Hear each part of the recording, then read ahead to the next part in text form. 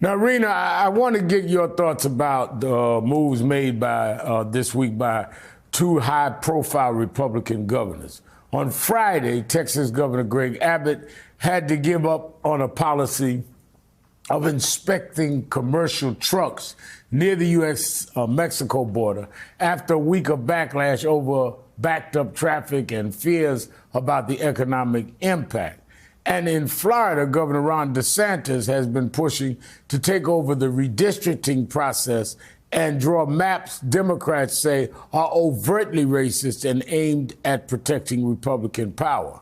In both of these cases, these GOP governors seem to be trying to play by their own rules. I mean, what's going on here?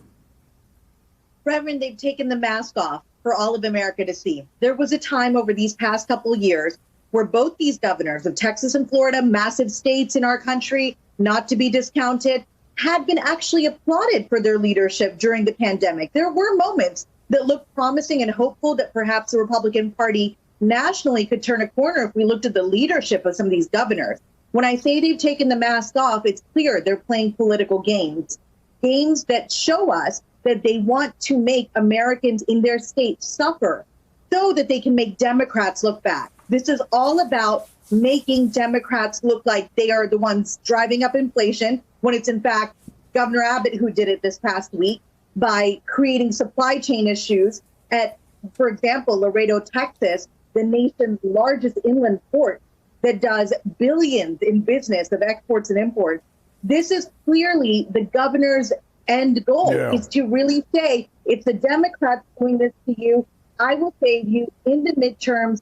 Keep us red, vote us red, and don't go blue. And so what we really need to see here is the games that have clearly been so cruel to so many of us, because they're not just affecting our wallet, they're affecting our livelihoods. And it is so sad and so shameful. So there needs to be a clear rejection of DeSantis as well. When we talk about Texas and Florida, we need to tell the truth about what these governors are doing and what their end goal is.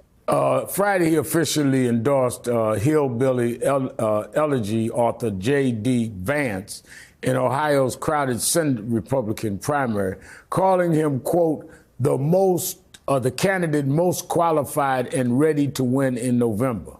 Rina, political kingmakers don't normally make their biggest endorsements on Friday afternoons ahead of a holiday weekend. And we know not everyone in Trump's world is excited about J.D. Vance. What's your take on the former president's latest pick and his influence on the Republican Party headed into the midterm primary season? I think we know that Donald Trump is unconventional in every way, so we shouldn't read too far into what this endorsement means, because this is a total jungle in this Ohio race. What we've been seeing is the monkeys emerging, and the monkeys being these outlandish candidates that say things and do things that are not just offensive by sort of political conventional wisdom, but they really are almost in a race to see who's going to be zanier and just sound better for Trump's base of folks. And so inevitably, the former president had to make an endorsement. There's no doubt about it. He had to do it. Was it going to be Mandel? Was it going to be Vance? I think he went with whatever his gut told him at the last minute. It's important to note, though, that Donald Trump was never a conservative. He was always a populist. Rush Limbaugh himself said that. And so when you see Vance say certain things, now it kind of makes more sense why he went with Vance over Mandel.